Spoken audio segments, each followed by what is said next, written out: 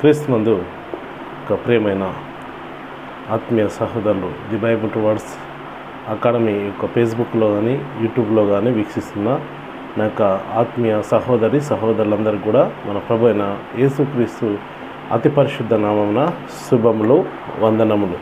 మనందరి ఆత్మలకు తండ్రి అయిన దేవాదేవునికి కృతజ్ఞతాస్తులు, స్తోత్రాలు చెల్లించుకుంటున్నాను. పిల్లరా, చిన్న ప్రార్థన చేసుకొని నేటి అంశంలోనికి వెళ్దాం. పిల్లరా, ప్రార్థన. పరలోకమందున్న పరిశుద్ధుడు అయిన కన్న తండ్రి, నీ ఘనమైన నామానికి కృతజ్ఞతాస్తులు, స్తోత్రాలు చెల్లిస్తున్నాను తండ్రి.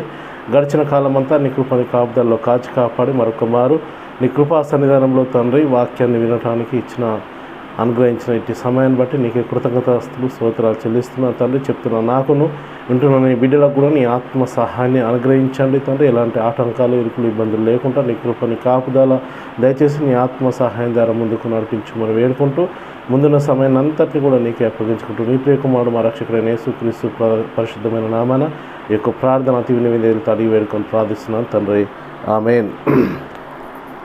ప్రియులారా, మరొక మారు మన ప్రభువైన యేసుక్రీస్తు అతి పరిశుద్ధ నామమున శుభములు, వందనములు. మనందరి ఆత్మలకు తండ్రి అయిన దేవదేవునికి కృతజ్ఞతాస్తులు, స్తోత్రాలు. మరి వింటున్న ప్రతి ఒక్కరు కూడా ఆనందంగా, సంతోషంగా నమ్ముచున్నాను.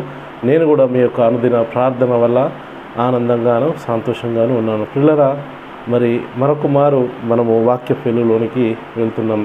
ఇది మరి బైబిల్ తరగతుల్లో సిటిహెచ్ క్లాస్, సర్టిఫికేట్ థియాలజీ అనే క్లాసుల్లో 4వ క్లాసు మనం ఈరోజు నేర్చుకుంటున్నాం. ప్లేరా, ఈ 4వ క్లాసులో మరి గడిచిన దినాల్లో మరి మనము వాక్యం ప్రకటించే వారు తీసుకోవాల్సిన జాగ్రత్తలు కానీ, మరి ఇంకా వాక్యం ప్రకటిస్తున్న వారిలో ఉన్న లోపాల గురించి కానీ మనం తెలుసుకున్నాము. ఈరోజు మనం తెలుసుకుంటున్న అంశం ఏంటంటే వాక్యము వినుచున్న వారు తీసుకోవాల్సిన జాగ్రత్తలు అనేది మనము ఈరోజు తెలుసుకుంటున్నాం. పిల్లరా, ఎందుకు ఈ జాగ్రత్తల గురించి మనం తెలుసుకోవాల్సిన అవసరము ఏముంది అంటే, చాలా వరకు మనం చూసుకున్నట్టయితే ఎక్కడైతే బోధకులు కూడా వాక్యము మరి ఇతరులు వినలేకపోతున్నారు, మరి మేమే పెద్దవారు, మేము తప్ప మాకు చెప్పేవారు ఇంకా ఉన్నారా, నాది అన్నేళ్ళ సీనియారిటీ, ఇన్నేళ్ళ సీనియారిటీ ఉంది, మరి బైబిల్ గ్రంథం నేను 100 సార్లు చదివాను అని చెప్పేవారు లేకపోలేరు.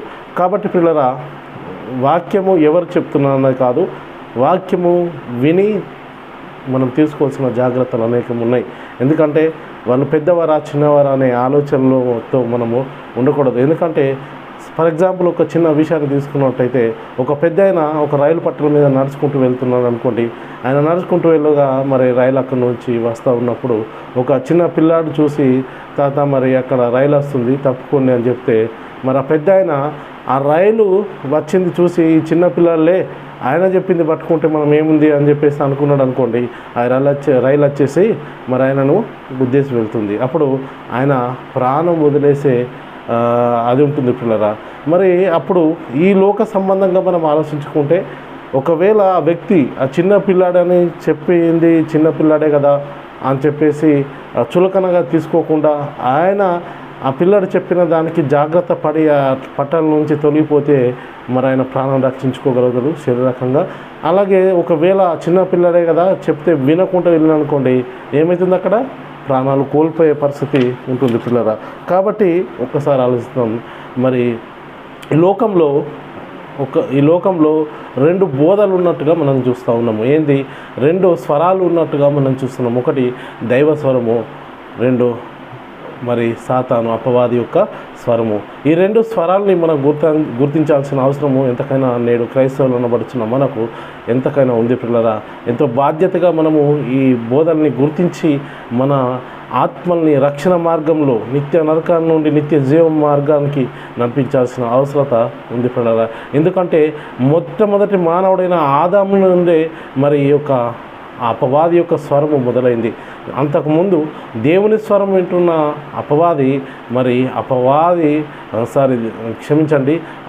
దేవుని స్వరం వింటున్న ఆదాము మరి అప్పుడే మరి అపవాది స్వరము కూడా వినాల్సి వచ్చింది పిల్లరా. అపవాది స్వరాన్ని మరి అవ్వమ్మ గమనించినట్టుగా మనము చూస్తలేము పిల్లరా. మరి ఆ మొట్టమొదటి మానవుల్ని మరి ఏం చేశారు, అక్కడ మొట్టమొదటి మానవుల్ని మోసం చేసింది అపవాది. కాబట్టి మనము అపవాది యొక్క స్వరాన్ని, దేవుని యొక్క స్వరాన్ని మనము ఎలాగైనా గుర్తించాల్సిన అవసరం ఉంది పిల్లరా. ఎందుకంటే యేసుక్రీస్తు దగ్గరికే మరి అపవాది వచ్చినట్టుగా మనం చూస్తూ ఉన్నాం. ఎలా వచ్చాడు అపవాది అంటే చూడండి పిల్లరా, అంతకు మునుపు యేసుక్రీస్తు వారు మరి శిష్యులతో అడుగుతున్నారు, నన్ను గురించి మరి జనాలు ఏమనుకుంటున్నారు అని చెప్పేసి అడుగుతున్నప్పుడు మరి ఒకరు బాప్తిసం ఇచ్చే యోహాన్ అని, ఒకరు మరి ప్రవక్త అని, ఇంకొక విధంగా అనుకుంటున్నారు అని చెప్పేసి శిష్యులు చెప్తా ఉంటే, మరి నన్ను గురించి మీరేమనుకుంటున్నారు అని చెప్పినప్పుడు మరి సీమోను పేతురు ఏమంటా ఉన్నాడంటే, అక్కడ నీవు సజీవుడైన దేవుని కుమారుడు అయిన క్రీస్తు అని చెప్పేసి అంటూ ఉంటాడు. మరి సజీవుడు అయిన దేవుని కుమారుడు అయిన క్రీస్తు అని అంటే అప్పుడు సీమోను బరియనా, నువ్వు ధన్యుడవు, నీకు పరలోకమందున తండ్రి నీకు బయలుపరిస్తేనే కానీ నీకు ఈ విషయం తెలియదు, నరులు ఎవరు కూడా నిన్ను బయలుపరచలేరు నీకు ఈ విషయము, ఇగో పరలోక తాళ చెవులు నీకు అప్పగిస్తున్నాను అని చెప్పేసి మరి యేసుక్రీస్తు వారు పేతురు గురించి ఎంతో గొప్పగా చెప్పినట్టుగా మనం చూస్తున్నాం. యేసుక్రీస్తు వారు పేతురు గురించి చెప్పిన విషయాన్ని మనము చూస్తూ ఉన్నాము. అంటే అలాంటి పేతుల్లోనే మళ్ళీ ఏమైందంటే సాతానుడు ప్రవేశించాడు. మరి యేసుక్రీస్తు వారు యెరూషలేముకి వెళ్ళి పెద్దల చేతను మరి యూదుల చేతికి అప్పగింపబడి ఆయన శ్రమ పొందబడి శిలువ మరణం పొంది తిరిగి మరి 3వ దినాన్ని లేవపబడును అని చెప్పేసి అంటూ ఉంటే పేతురు అంటాడు, ఏమంటాడు, ప్రభువా అది నీకు దూరం అవును గాక అని చెప్పేసి గద్దిస్తూ ఉంటాడు. గద్దిస్తూ ఉన్నప్పుడు మరి పేతురును యేసుక్రీస్తు వారు ఏమైనా మెచ్చుకున్నాడా? అంతకుముందు నువ్వు దేవుని కుమారుడు అని చెప్పేసి అన్నాడు కదా పేతురు అని చెప్పేసి అన్నందుకు మరి యేసుక్రీస్తు పేతురుని మెచ్చుకున్నాడంటే మెచ్చుకోలేదు. అక్కడ దేవుని స్వరం ఏదో మరి సాతాను యొక్క స్వరం ఏదో యేసుక్రీస్తు వారు గుర్తించి ఏమంటా ఉన్నాడు అక్కడ అంటే ఆయన పేతురు వైపు తిరిగి సాతాను వెనుకకు పొమ్ము, నీవు నీవు నాకు అభ్యంతరకరమై ఉన్నావు, నీవు మనుషుల సంగతులని తలంచుతున్నావు కానీ దేవుని సంగతులను తలంపకై ఉన్నావు అని చెప్పేసి అంటూ ఉన్నాడు. అంటే దేవుని సంగతులు తలంపకున్నాడు అని చెప్పేసి అంటున్నాడు. ఎవరిని గద్దించాడు అక్కడ?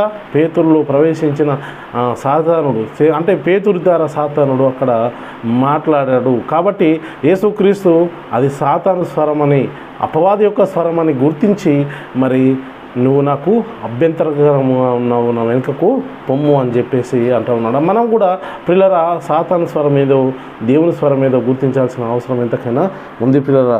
నేడు మరి మనము గుర్తించాల్సిన అవసరము, మనము ఎన్నో జాగ్రత్తలు తీసుకోవాల్సిన అవసరం ఉన్నది పిల్లరా. మనము ఇప్పుడు మన దగ్గరకు వచ్చిన మనము వింటున్న బోధ దేవుని స్వరందా లేక అపవాది స్వరందా అనేది గుర్తించాల్సిన అవసరము ఎంతకైనా నేడు క్రైస్తవం అనబడుచున్న మనకందరికీ కూడా ఉంది. ఎందుకంటే మరి ఈరోజు అసలు మనం క్రీస్తుని నమ్ముకున్నందుకు శ్రమలే లేవు అని చెప్పేవారు కూడా ఈ లోకంలో అనేకులుగా ఉన్నారు పిల్లలు. మనం క్రీస్తుని నమ్ముకుంటే మరి కష్టాలు రావు, రోగాలన్నీ విడిపోతాయి, మనం అప్పుల బాధ నుండి తొలగిపోతాము అని చెప్పేసి కాళ్ళు, బంగ్లాలు, ఇవన్నీ మేడలు, మిద్దెలు కట్టుకుంటామని చెప్పేసి నేడు మరి సంఘాల్లో బోధకులు చెప్తూ చెలామణి అవుతున్నారు పిల్లరా. మరి వాక్యం ఏం చెప్తుంది? క్రీస్తుని నమ్ముకున్నప్పుడు క్రీస్తు వాక్యంలో మనం నిలకడగా ఉన్నప్పుడు మనకు కలగబోతుంది ఏంది అంటే మనం వాక్యంలో చాలా వరకు మనం చూసుకుంటే పిల్లలు అగ్ని వంటి మహాశ్రమలు మనకు కలుగుతాయని చెప్పేసి అంటున్నాను. అందుకనే మీకు కలుగుతున్న అగ్ని వంటి మహాశ్రమల గురించి మీకేదో వింత సంభవించినట్లు ఆశ్చర్యపడకూడదు. క్రీస్తు మహిమ బయలుపరచబడినప్పుడు మీరు మహానందంతో సంతోషించు నిమిత్తము క్రీస్తు శ్రమలో మీరు పాలువారైనంతగా సంతోషించుడి అనే వాక్యం సెలవిస్తుంది పిల్లరా. ఎవడైనా క్రైస్తవుడైనందుకు బాధను అనుభవించిన ఎడలా అతడు సిగ్గుపడక ఆ పేరును బట్టి దేవుని మహిమపరిచేవాళ్ళను అని చెప్పేసి వాక్యం సెలవిస్తుంది పిల్లరా. అంతేకాదు మరి శ్రమ ఓర్పు నిరీక్షను కలగజేయనని ఎరిగి శ్రమలయందు పడుదుము అని చెప్పేసి వాక్యం సెలవిస్తుంది పిల్లలు. శోధన ఓర్పు పుట్టించుతుంది అని చెప్పేసి శోధన సహించువాడు ధన్యుడు, అతడు శోధనకు నిలిచిన వాడే ప్రభు తను ప్రేమించు వారికి వాగ్దానం చేసిన జీవ కిరీటం పొందుతాడు అని వాక్యం సెలవిస్తుంటే మనకు శ్రమలు రావు, క్రైస్తవుడైనందుకు శ్రమలు అనేటివి ఏమి కూడా ఉండవు అని చెప్పి, శోధనలు రావు, శ్రమలు రావు అని చెప్పేసి మరి చాలామంది బోధకులు చెప్తున్నారు. శ్రమల కాలానికి మనల్ని ఇక్కడ నుంచి లేపుకెళ్తాడట, ఎక్కడో శ్రమలు అనేటివి వేరే ఎవరికి వస్తాయని చెప్పేసి అని చెప్తా ఉన్నాడు. మనం శారీరకంగా చాలా మరి క్రీస్తుని నమ్ముకున్నందుకు ఈ లోక సంబంధమైన అన్నీ కూడా మనకు అనుగ్రహిస్తారని చెప్పేసి అంటూ ఉన్నారు పిల్లరా. మరి ఒక్కసారి ఆలోచించండి, ఈ వీటి కోసమా యేసుక్రీస్తు శరీర సంబంధమైనవి మనకి ఇవ్వడానికి వచ్చాడా, లేకుంటే ఈ లోకానికి ఎందుకు వచ్చాడు? మరి మనము అనబడే ఆత్మను రక్షించడానికి యేసుక్రీస్తు ఈ లోకానికి వచ్చాడా పిల్లరా? ఏంటి అనేది మనం తెలుసుకోవాల్సిన అవసరం ఉంది పిల్లరా. ఈ శరీర సంబంధమైన పోషణ గురించి సంగతులు బైబిల్లో మనకు ఇప్పుడు చెప్పబడుతున్నాయా? దేని గురించి మరి బైబిల్ మన గురించి చెప్తా ఉన్నది పిల్లరా. ఒక్కసారి ఆలోచించుకుంటే పిల్లరా, ఈ జీవితకాలం మట్టుకే క్రీస్తునందు నిరీక్షింపబడిన మనుషులందరికంటే దౌర్భాగ్యులమవుతాము అని చెప్పేసి వాక్యం సెలవిస్తుంటే, మనమేమో నేడు ఈ లోకంలో ఉన్న వాటి గురించి, లోకం గురించి మరి మన బోధకులు బోధిస్తూ ఉన్నారు పిల్లరా. కాబట్టి ఈ లోకంలో ఉన్న వాటి గురించి, మరి శరీరాన్ని గురించి, కావలసిన వాటి గురించి మరి ఈ లోకంలో అనేక మంది చెప్తా ఉన్నారు.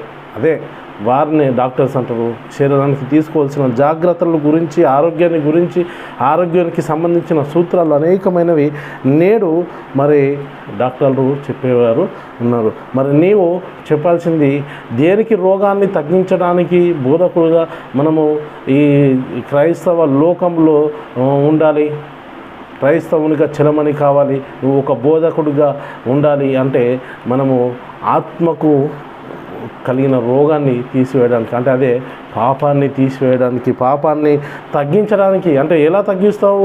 వాక్యాన్ని చెప్పడం వల్ల, సత్య వాక్యము చెప్పడం వల్ల, దేవుని స్వరాన్ని చెప్పడం వల్ల ఇది మనం తగ్గించే వారముగా ఉంటాం పిల్లలు. ఏ చెప్తే మరి ఈ రోగము మనకు తగ్గుతుంది? దేన్ని వినడం వల్ల మనం విశ్వాసం కలిగి ఉంటాము అంటే ఏ వాక్యం సెలవిస్తుంది పిల్లలు. ఇప్పుడున్న వాక్యం వింటున్నావు కదా, వింటున్న వాక్యాన్ని ఏదో వింటున్నాము అనే ఆలోచనలో ఉన్నావా పిల్లలు? ఒక్కసారి ఆలోచించుకుంది. యేసుక్రీస్తు శరీరాలకు కలిగిన రోగాలు తీసివేయడానికి మరి ఇక్కడికి వచ్చి ఆ శిలువ మరణం పొంది కష్టపడ్డా అంటే కాదు పిల్లరా. శరీరానికి వచ్చిన కష్టాలు తీసివేయడానికి, శరీరానికి కలిగిన బాధలను తీసేయడానికి, తగ్గించడానికి ఈ లోకానికి యేసుక్రీస్తు వచ్చాడా? దేనికోసము మరి వచ్చాడు? ఈ రోజుల్లో క్రైస్తవుడు ఉన్నాము అంటే సామాన్యమైనటువంటి విషయం కాదు పిల్లరా. నువ్వు క్రీస్తుని నమ్ముకున్నావు అంటే, క్రైస్తవుడుగా ఉండటం అంటే క్రీస్తును ధరించుకోవడం, క్రీస్తును మనము వెంబడించడం, క్రీస్తును పోలి నడుచుకోవడం అనేది మనము అర్థం చేసుకోవాల్సింది పిల్లరా. ఇవన్నీ మరి ఎలా జరుగుతాయంటే మనం వినే వాక్యాన్ని బట్టి ఇవన్నీ మనలో జరుగుతాయి. వినే వాక్యము మనము ఎలా అర్థం చేసుకోవాలి అనేది మనం తెలియాల్సిన అవసరం ఉంది. కాబట్టి ఇప్పుడు వాక్యాన్ని వింటున్న వారు తీసుకోవాల్సిన జాగ్రత్తలు ఏంటి? ఎలాంటి జాగ్రత్తలు తీసుకోవాల్సిన అవసరం ఉంది? దేవుని మూలంగా పుట్టినవారు అందరూ లోకంను, మరి దేని మూలంగా పుట్టినవారు లోకాన్ని జయిస్తారు అంటే, లోకంను జయించిన విజయము మన విశ్వాసమే. లోకాన్ని జయించిన విజయము మన విశ్వాసమే. ఆ విశ్వాసము దేనివల్ల కలుగుతుంది? వినుట వలన విశ్వాసం కలుగును, వినుట క్రీస్తును గురించిన మాట వలన కలుగును. రోమా 10:17 చెప్పబడుతుంది. అయితే పిల్లరా, ఇప్పుడున్న పరిస్థితుల్లో మనకు ఏ క్రీస్తుని గురించి వింటే మనము మరి లోకాన్ని జయించగలుగుతాము? ఇది కూడా ఉంది. మళ్ళీ అంటే క్రీస్తుని గురించే వింటున్నాము, మళ్ళీ ఏ క్రీస్తుని గురించి వినటం వలన మనము ఈ లోకాన్ని జయించగలుగుతామంటే, బాలుడైన క్రీస్తుని గురించి వినటం వల్ల మరి లోకాన్ని జయిస్తామా? యూదయ బెత్లెహేమ దేశంలో పుట్టిన మరియ కుమారుడైన యేసుక్రీస్తును గురించి వినడం వల్ల మనము లోకాన్ని జయిస్తామా? మరి ఏది సువార్త? నేడు మరి క్రైస్తవులుగా పిలువబడుతున్న మనకు మరి ఏది సువార్త అనేది తెలుసుకోవాల్సిన అవసరం ఎంతకైనా ఉంది.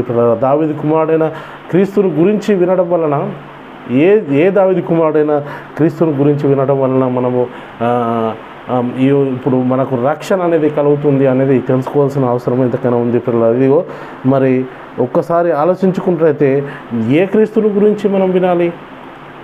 ఏ క్రీస్తుని గురించి వినాలి అంటే, మరి మృతుల నుండి తిరిగి లేచిన యేసుక్రీస్తుని గురించి మనం వినాలి పిల్లలు. దావీదు కుమారుడుగా మమ్మను ఏమంటున్నాడు, క్రీస్తు శరీరం బట్టి దావీదు కుమారుడుగాను, మృతుల నుండి పునరుద్ధరణమైన దాన్ని బట్టి, పరిశుద్ధమైన ఆత్మను బట్టి దేవుని కుమారుడుగా ఆయన ప్రభావంతో నిరూపింపబడేను. అంటే పిల్లరా, మనం ఇక్కడ చూసుకుంటే పిల్లరా, క్రీస్తుని గురించి చెప్తున్నారు.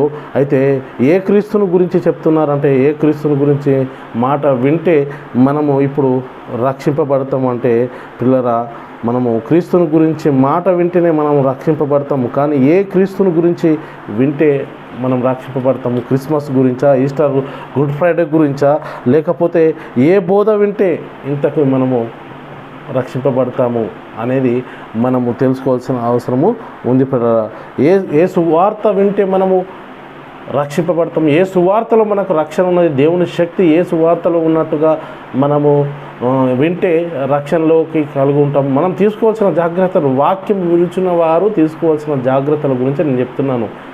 చెప్పేవారు అనేకమైన చెప్తారు, కానీ వినేవారు తీసుకోవాల్సిన బోధ ఏది? ఏ సువార్త వినడం వల్ల మనకు రక్షణ కలుగుతుంది అనే విషయాన్ని నేను చెప్తున్నాను. ఏ వాక్యం వినుచున్న వారు తీసుకోవాల్సిన జాగ్రత్తలు ఏంటి అంటే, ఏ సువార్త వలన మనకు రక్షణ కలుగుతుంది అనే విషయాన్ని మనం తెలుసుకోవాల్సిన అవసరం ఎంతకైనా ఉంది పిల్లరా. మనము అసలు సువార్త అంటే ఏంది? సువార్త అనే ఏంటంటే సిలువ మరణ పునరుద్ధానం గురించి చెప్పే బోధనే మరి సువార్తను గురించిగా చెప్పబడుతుందిగా మనము తెలుసుకుంటున్నాం పిల్లరా. నాకు ఇవ్వబడిన ఉపదేశం మొదట మీకు అప్పగించి తిని, అదేమనగా లేఖనముల ప్రకారం క్రీస్తు మన పాపముల నిమిత్తము మృతి పొందెను, సమాధి చేయబడెను, లేఖనముల ప్రకారం 3వ దినము లేపబడెను. ఇది సువార్తగా చెప్పబడుతుంది పిల్లరా. కొరింథీయులకు రాసిన మొదటి పత్రిక 15వ అధ్యాయము 3-4 వచనంలో ఉంటుంది పిల్లరా. ఈ సువార్తనే యేసుక్రీస్తు తన శిష్యులకు చెప్పడం జరిగింది. ఏమంటుడు? మరియు మీరు సర్వలోకానికి వెళ్ళి సర్వసృష్టికి సువార్త ప్రకటించుడి అని చెప్పేసి అంటున్నాడు. ఏ సువార్త ప్రకటించమని చెప్పాడు యేసుక్రీస్తు అంటే, వారు మొదటి శతాబ్దంలో ఏ సువార్తను ప్రకటించారంటే, సిలువను గురించిన వార్త, నశిస్తున్న వారికి వెరితనం కానీ రక్షింపబడుతున్న మనకు దేవుని శక్తి దేంట్లో ఉన్నట్టుగా చెప్పబడుతుందంటే పిల్లరా, సిలువను గురించిన వార్తలో దేవుని శక్తి ఉంటుంది పిల్లరా. అది కొరింథీయులకు రాసిన మొదటి పత్రిక 1వ అధ్యాయము 18వ వచనం ఉంది పిల్లరా. క్రీస్తు సిలువ మరణ సమాధి పునరుద్ధానంలో ఏం జరిగింది పిల్లరా? ఏం జరిగిందంటే, ఆ క్రీస్తు యేసు మరణంను నిరాధకం చేసి జీవమును, అక్షయతను సువార్త వలన వెలుగులోకి తెచ్చిండు. అంటే జీవమును, మరణంను ఏం చేసిండు ఆయన? ఆ క్రీస్తు యేసు ఏం చేశాడు? మరణంను నిరర్ధకం చేశాడు. జీవమును, అక్షయతను సువార్త వలన వెలుగులోనికి తీసుకురావడము జరిగింది పిల్లరా. కాబట్టి ఇప్పుడున్న పరిస్థితుల్లో మనము సువార్త ప్రకటించాలి. ఏ సువార్త ప్రకటించాలి? ఏ సువార్త తెలియకపోతే మనం ఏం వింటున్నామో కూడా మనకు అర్థము కాదు పిల్లరా. అర్థం కాదు. విన్నా కానీ ఏ ప్రయోజనం ఉన్నది? ఏం వింటున్నామో మనకు తెలియదు. లోకంలో ఉన్న వాటి గురించి వినడం వల్ల ఏమైనా ప్రయోజనం ఉందంటే ఎలాంటి ప్రయోజనం లేదు. కాబట్టి ఇక్కడ మనం చూస్తే పిల్లరా, పౌలు ఏమంటున్నాడంటే, సిలువను గురించిన వార్త నశించుతున్న వారికి వెర్రితనంగా రక్షింపబడుతున్న మనకు దేవుని శక్తి దాంట్లో ఉంది అని చెప్పేసి అంటూ ఉన్నాడు. ఏది దేవుని శక్తి అంటే, సిలువను గురించిన వార్త దేవుని శక్తి ఉన్నది అని చెప్పేసి, సిలువను గురించిన వార్త అనగా సిలువ మరణ సమాధి అంటే పిల్లరా, యేసుక్రీస్తు పునరుద్ధానం గురించి చెప్పబడుతుంది పిల్లరా. పాత నిబంధన గురించో, లేకుంటే ఇంకా పాత నిబంధనలు చేయబడిన వాగ్దానాల గురించో, లేకపోతే వారి యొక్క చరిత్ర గురించో, పాత నిబంధనలో ఉన్న వ్యక్తుల యొక్క జీవిత చరిత్ర గురించి చెప్పడం వలన మనకు రక్షణ అనేది కాదు పిల్లరా. రక్షణ కలగజేసే దేవుని శక్తి దేనిలో ఉంది అంటే సువార్తలో. ఏ సువార్తలో? సిలువను గురించిన వార్తలో అని చెప్పేసి చెప్పబడుతుంది. రోమా 1:16లో చెప్పబడుతుంది, సువార్తను గురించి నేను సిగ్గుపడవను కాను, ఎలానగా నమ్ము ప్రతివానికి మొదట యూదునికి గిరి దేశస్తునికి కూడా రక్షణ కలగజేయుటకు అది దేవుని శక్తి. ఏది దేవుని శక్తి? దేంట్లో ఉంది దేవుని శక్తి? సిలువను గురించిన వార్త నశించున్న వారికి వెరితనంగా రక్షింపబడుతున్న మనకు దేవుని శక్తి అంటే యేసుక్రీస్తు సిలువ మరణ పునరుద్ధానంలో మరి పిల్లరా దేవుని శక్తి కలగిస్తుంది. రక్షణ కలగజేయుటకు సువార్త దేవుని శక్తి అయి ఉన్నది. కాబట్టి ఇప్పుడున్న పరిస్థితుల్లో బోధకుడు దేన్ని చెప్తున్నాడు, ఏం చెప్తా ఉన్నాడు, మనం దేన్ని వింటున్నాము, మనము దేనిని నమ్ముతున్నాము, మనము నమ్మినది ఏమిటి పిల్లరా, మన విశ్వాసం ఏమిటి మనం తెలుసుకోవాల్సిన అవసరం ఎంతకైనా ఉంది పిల్లరా. కాబట్టి లేఖనం ఏం చెప్తుంది? నీతిమంతుడు విశ్వాసం మూలంగా జీవించును అని చెప్పేసి అంటుండు. ఇక్కడ రోమిలకు రాసిన పత్రిక 1వ అధ్యాయము 17వ వచనంలో చూసుకున్నట్టయితే అక్కడ 1:17లో ఎందుకన్నా నీతిమంతుడు విశ్వాసం మూలంగా జీవించునని వ్రాయబడిన ప్రకారం విశ్వాసం మూలంగా అంతకంతకు విశ్వాసము కలుగునట్లు దేవుని నీతి దాని యందు బయలుపరచబడెను. దేని యందు? పిల్లరా, విశ్వాసం యందు. పిల్లరా, ఇది చూడండి, దేవుని నీతి దేని యందు బయలుపరచబడిందంటే ఆ మాటలే మనల్ని, ఆ మాటలే వినాలి. దేని యందు వినుట వలన విశ్వాసం కలుగును. వినుట ఏ మాటలు వినటం వల్ల మనకు విశ్వాసం కలుగుతుంది అనేది మనకు కావాలి పిల్లల. మనము ఆ మాటలే వినాలి. వినుట వలన విశ్వాసం కలుగును, వినుట క్రీస్తుని గురించి మాట వలన కలుగును అని చెప్తా ఉంటే మనం ఏ మాటలు వింటున్నాం? మనం వినే మాటల వల్ల మనకు రక్షణ కలుగుతుందా? దేవుని శక్తి ఉన్న మాటలైనా మనం వింటున్నవి, లేకుంటే ఏ మాటలు వింటున్నాము? వినుచున్న మనలో విశ్వాసానికి కలగజేస్తున్నాయా మనం వినే మాటలు అనేది మనం తెలుసుకోవాల్సిన అవసరం ఉంది పిల్లరా. ఒక్కసారి మనల్ని మనమే పరిశీలన చేసుకోవాల్సిన అవసరము ఎంతకైనా ఉంది పిల్లరా. ప్రతి మనుష్యుడు వినుటకు వేగిరపడి ఉండాలని చెప్పి వాక్యం సెలవిస్తుంది. వినుటకు ప్రతి మనుష్యుడు కూడా పిల్లరా. ఇక్కడ మనము చూసుకున్నట్టయితే యాకోబు రాసిన పత్రిక 1వ అధ్యాయము, యాకోబు రాసిన పత్రిక 1వ అధ్యాయంలో చెప్పబడుతున్న మాట మనము చదువుకున్నట్టయితే 19వ వచనంలో చూసుకున్నట్టయితే, నా ప్రియ సహోదరులారా, మీరు సంగతి ఎరుగుదురు గనుక ప్రతి మనుష్యుడు వినుటకు వేగిరపడువాడును, మాట్లాడుటకు నిదానించువాడును, కోపించుటకు నిదానించువాడునై ఉండవాలని చెప్తుంది. వినుటకు ఎలా ఉండాలంట? వినుటకు వేగిరపడేవారుగా ఉండాలంట. మనము వినుటకు పడాలి అంటున్నాడు. వేగిర పడకపోతే దేవుని మాటలు పోగొట్టుకుంటాం పిల్లరా. దేవుని మాటలను పోగొట్టుకుంటామేమో అని మరి ఆలోచించాల్సిన అవసరము ఉంది పిల్లరా. మనము సంఘానికి వచ్చేటప్పుడు వినుటకు వేగిరపడి రావాలి. ఎలా వస్తున్నాము? వాక్యం అయిపోయినాక వస్తాము. ఇంకా దేని గురించి అక్కడ భోజనాలు సిద్ధపడుతుందిగా, కరెక్ట్ భోజనాలు సిద్ధపరిచి మరి వడ్డించే టైంకి వెళ్తే సరిపోతుంది. అప్పటిదాకా ఏదో టైంపాస్ చేద్దాం ఇక్కడ అనుకునే వాళ్ళు చాలామంది ఉంటారు పిల్లలు. చాలామంది సంఘానికి సమయానికి వెళ్తున్నామా లేదా అనేది తెలుసుకోవాల్సిన అవసరం ఉంది. నేడు వినుటకు వేగిరపడి ఉండాలంట. తొందరగా వెళ్ళి వాక్యాన్ని వినడానికి వేగిరపడి ఉండాలంట. మరి భోజనాల కోసమే నేడు వేగిరపడి వెళ్తూ ఉంటారు. మనము ఒక్కసారి ఆలోచించండి పిల్లరా. ఈ లోక సంబంధమైన వాటి గురించి మనము ఎన్నో పరిశీలన చేసి అది చేస్తూ ఉంటాము. చూడండి, శరీరానికి కావలసిన వాటిని మనం చూసుకున్నట్టయితే అనేక రీతిలుగా పరీక్షించి మనం తీసుకుంటాం. మనం వింటున్న వాక్యము అనేది మరి పరిశీలిస్తున్నామా లేదా అనేది జాగ్రత్తగా తీసుకోవాల్సిన అవసరం ఉంది పిల్లరా. ఎందుకంటే ఒక కూరగాయలు కొంటుంటేనే ఆ కూరగాయలని ఎంతో పరీక్షించి ప్రతి దాన్ని కూడా ముట్టి దాన్ని పరిశీలించి మనం తీసుకుంటాం. ఒక చొక్కను తీసుకోవాలంటే ఒక షాప్కి వెళ్ళి దాన్ని ఎంతో పరిశీలించి మరి ఇది మొత్తానికి మనకు ఉండిపోయేదంటే కాదు, దీనికోసం ఎంతో పరిశీలించి మనం తీసుకుంటున్నామే. కానీ మన జీవితాన్ని, మన ఆత్మల్ని రక్షించే శక్తిగల వాక్యము ఎలా ఉంది, ఏ వాక్యం మనం వింటున్నాం అనే జాగ్రత్తలు మనము నేడు క్రైస్తవం పడుతున్న మనము తెలుసుకుంటున్నామా లేదంటే ఏదో ఒక కొత్త సంగతి వినుటయందును చెప్పుటయందే మన కాలాన్ని గడిపేస్తూ ఉన్నామా? ఒకసారి ఆలోచించండి. ఎందుకంటే ఎథెన్స్లో ఉన్నవారంట ఏం చేసేవారు? ఏదో ఒక కొత్త సంగతులు వినుటందే ఉన్నవారట. కాబట్టి మనం ఏం చేయాలి?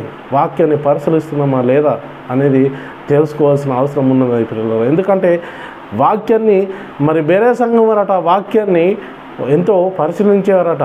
వాళ్ళు ఎథెన్స్లో ఉన్నవారి కంటే, తెస్సలోనికలో ఉన్నవారి కంటే గనులై ఉన్నారట. ఎందుకు గనులై ఉన్నారంటే పౌలు శీలలు ప్రకటిస్తున్న వాక్యాన్ని అలా ఉన్నదా లేదని మరి వాళ్ళు దినదినము పరిశీలిస్తూ వచ్చిందట.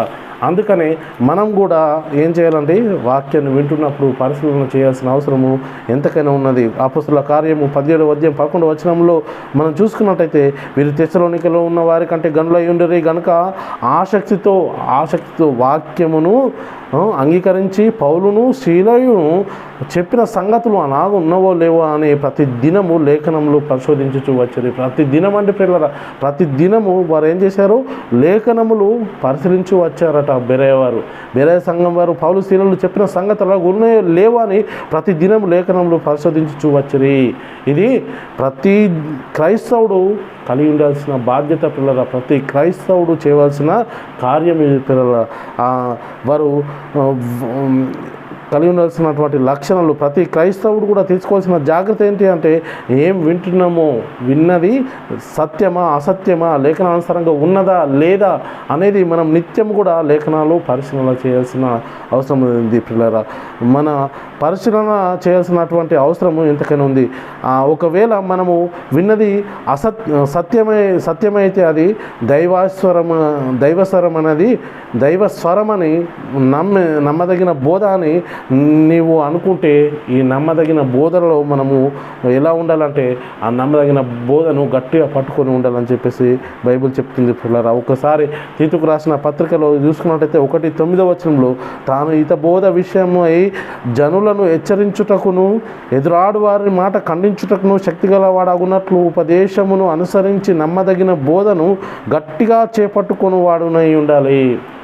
మనం విన్న వాక్యం సత్యమైతే దాన్ని గట్టిగా చేపట్టుకున్న వాడై ఉండాలి. గట్టిగా పట్టుకోవాలంటే గట్టిగా చేపట్టుకోవాలని చెప్పేసి చెప్తున్నారు. ఇది నమ్మదగిన బోధ కాదా అని మనము ఎలా తెలుసుకోగలుగుతాం పిల్లలంటే, మనము పరిశీలించడం వల్లనే, బైబిల్ లేఖనాన్ని పరిశీలించడం వల్లనే ఇవి చెప్తున్నాయి. బోధ కరెక్టా కాదా అనేది మనము తెలుసుకుంటాం పిల్లలు. ఎలా అంటే బైబిల్ని పరిశీలించడం వల్ల. ఇంకా ఎంతసేపు శరీరాలకు కావాల్సిన వాటి గురించే మన సంఘానికి రావడం కాదు, శరీరానికి ఇస్తున్న వాటి గురించి మరి కాదు పిల్లలు. శరీర సంబంధమైన రోగాల గురించి మరి బైబిల్ ఏం చెప్తుంది మరి అంటే, శరీర సంబంధమైన రోగాల గురించి కాదు నువ్వు ఈ లోకానికి మరి యేసుక్రీస్తు శరీర సంబంధమైన వాటిని ఇవ్వడానికి కాదు వచ్చింది. ఈ జీవితకాలం మట్టుకే క్రీస్తునందు నిరీక్షింపబడిన వారైనలా మనుషులందరికంటే దౌర్భాగ్యులు ఉంటారని చెప్పేసి చెప్తా ఉన్నారు పిల్లరా. కాబట్టి ఒక్కసారి ఆలోచించి మనము వింటున్న వాక్యము ఏమై ఉన్నది, యేసుక్రీస్తుని గురించి ఏం చెప్తా ఉన్నారు అనేది తెలుసుకోవాల్సిన అవసరం కూడా ఉంది పిల్లరా. చాలామంది మరి సంఘాల్లో ఏమంటుండో, యేసుక్రీస్తు తండ్రి, ఆయనే కుమారుడు, ఆయనే పరిశుద్ధాత్మ, ఆయనే తండ్రి కుమారుడుగా ఈ లోకానికి వచ్చాడు అని చెప్పేసి చాలామంది బోధిస్తూ ఉన్నారు పిల్లరా. కాబట్టి ఈ అబద్ధ బోధలు మనము ఖండించాల్సిన అవసరం ఉన్నది పిల్లరా. యేసుక్రీస్తు గురించి తండ్రి ఏమంటుండే, ఈయన నా ప్రియకుమారుడు, ఈయన అందరూ నేను ఆనందించుతున్నాడు అని చెప్పేసి చెప్తా ఉంటే, లేదు ఆయనే తండ్రి, ఆయనే కుమారుడు, ఆయనే పరిశుద్ధాత్మ అని అంటుండ్రు. యేసుక్రీస్తు ఏమంటుండు, తండ్రి పరలోకం తండ్రి యొద్ద నుండి నేను వచ్చానని చెప్పేసి యేసుక్రీస్తు చెప్తా ఉన్నాడు పిల్లరా. తండ్రి కుమారుడు అందరు కూడా ఒక్కడే, యేసుక్రీస్తు తండ్రి పరిశుద్ధాత్మ అందరు కూడా ఒకడే, త్రియేక దేవుడు, త్రిత్వంలో ఏకత్వంలో త్రియేక దేవుడు అని చెప్పేసి చాలామంది చెప్తా ఉన్నారు. ఈ వింటున్న బోధ మరి వాక్యానుసారంగా ఉన్నదా లేదా మనం తెలుసుకోవాల్సిన వారమైన ప్రేరణగా. అక్కడ ఏం చెప్తుండు, తండ్రి తన కుమారుని గురించి అంటున్నాడు. ఏమంటున్నాడు అంటే, నీవు నా కుమారుడు, నేను నిన్ను కని ఉన్నాను అని చెప్పేసి అంటా ఉన్నాడు. యేసుక్రీస్తు ఏమంటున్నాడు, తండ్రి యొద్దకు వెళ్ళవలసిన వాడనై ఉన్నాను అని యేసుక్రీస్తు అన్నాడు. పిల్లరా, ఇప్పుడు యేసుక్రీస్తు తండ్రి కృపార్షమందు ఆసీనుడై ఉన్నాడని చెప్పేసి మరి లేఖనాలు చెప్తున్నాడు. మరి తండ్రి యేసే పరిశుద్ధాత్ముడు, లేకపోతే తండ్రి యేసుక్రీస్తు, తండ్రి పరిశుద్ధాత్ముడు, దేవుడు త్రిత్వంలో ఏకత్వం, దేవుడు త్రియేక దేవుడు అని చెప్తున్న ఈ యొక్క స్వరము దైవస్వరమా లేకుంటే అపవాది స్వరమా మనం గుర్తించాల్సిన అవసరం ఉంది. ఎందుకంటే ఇది అపవాది యొక్క స్వరము, త్రిత్వంలో ఏకత్వము అని చెప్పేసి. ఏది మరి లేఖనానుసారంగా ఉన్నదో అది మనము చెప్పడము ఎలా అంటే, వాక్యానుసారంగా వాక్యాన్ని పరిశీలించి ధ్యానించి దాని ప్రకారంగా జీవించడం వల్ల మనం చెప్పగలుగుతాం.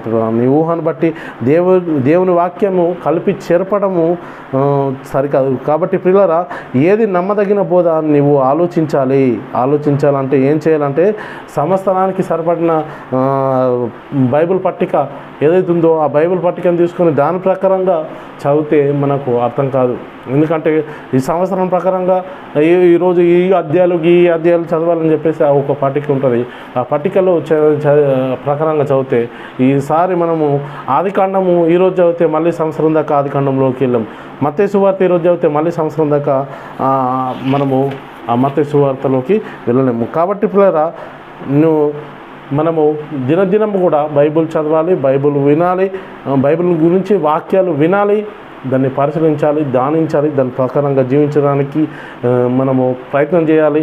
అందులో మనము వింటున్న సత్యము రుడి అని నమ్మితే దాన్ని గట్టిగా పట్టుకోవాలి అని చెప్పేసి అంటున్నాను. తిమోతికి రాసిన 2వ పత్రికలో మనం చూసుకున్నట్టయితే 3:14 నీవు నేర్చుకున్నది రుడి అని తెలుసుకున్నవి ఎవరి వలన నేర్చుకుంటావో ఆ సంగతులను తెలుసుకొని వాటి యందు నిలకడగా ఉండాలంట. నిలకడగా ఉండాలి. 3:14-15 ఈ మాట ఉంటుంది పిల్లరా. నేర్చుకున్న వాటి యందు మనం ఎలా ఉండాలి? మనం నేర్చుకుంటున్నవి వింటున్న వాక్యంలో ఎలా ఉండాలంటే రుడి అని తెలుసుకొని వాటి యందు నిలకడగా ఉండాలి. నేర్చుకున్న టైంలో మనము చాలామందికి ఏంటంటే నాకు టైం దొరకట్లేదండి, నేర్చుకోవడానికి టైం దొరకట్లేదు అని చెప్పేసి ఏదో ఒక వాక్యం అండి, సంఘానికి సండే రోజు వెళ్తున్నామంటే వెళ్తున్నాము, వస్తున్నామంటే వస్తున్నాము, అంతే. వెళ్ళడము రావడము ఏదో ఒక వాక్యము వారు ఎలా చెప్తే తప్పు చెప్పని ఒప్పు చెప్పని వినడము రావడం అనేది నేడు క్రైస్తవుల్లో ఇది ఒక దినచర్యగా మారిపోయింది.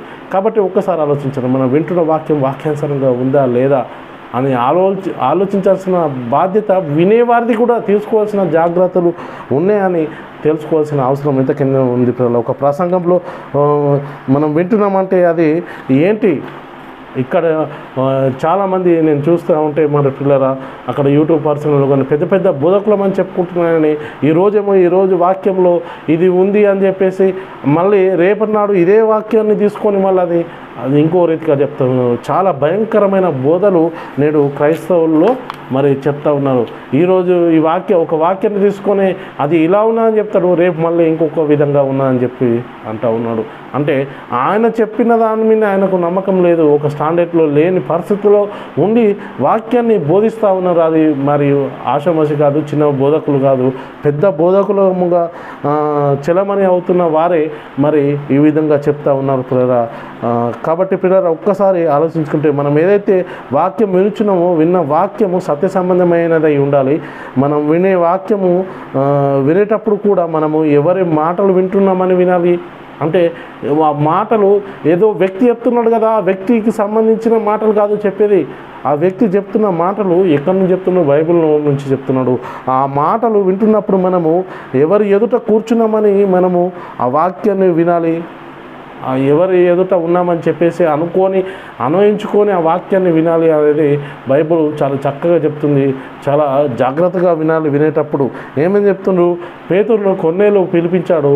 కొర్నేలు పేతురుని పిలిపించి ఎక్కడ కూర్చున్నామని చెప్పేసి అంటా ఉన్నాడు. ఒక్కసారి అపొస్తలుల కార్యము 10వ అధ్యాయం 33వ వచనంలో చూసుకుంటే అక్కడ వెంటనే నిన్ను పిలిపించి తిని నీవు వచ్చినది మంచిది, ప్రభువు నీకు ఆజ్ఞాపించిన అవన్నీ వినుటక ఇప్పుడు మేమందరము దేవుని ఎదుట ఇక్కడ కూడి ఉన్నామని చెప్పాను.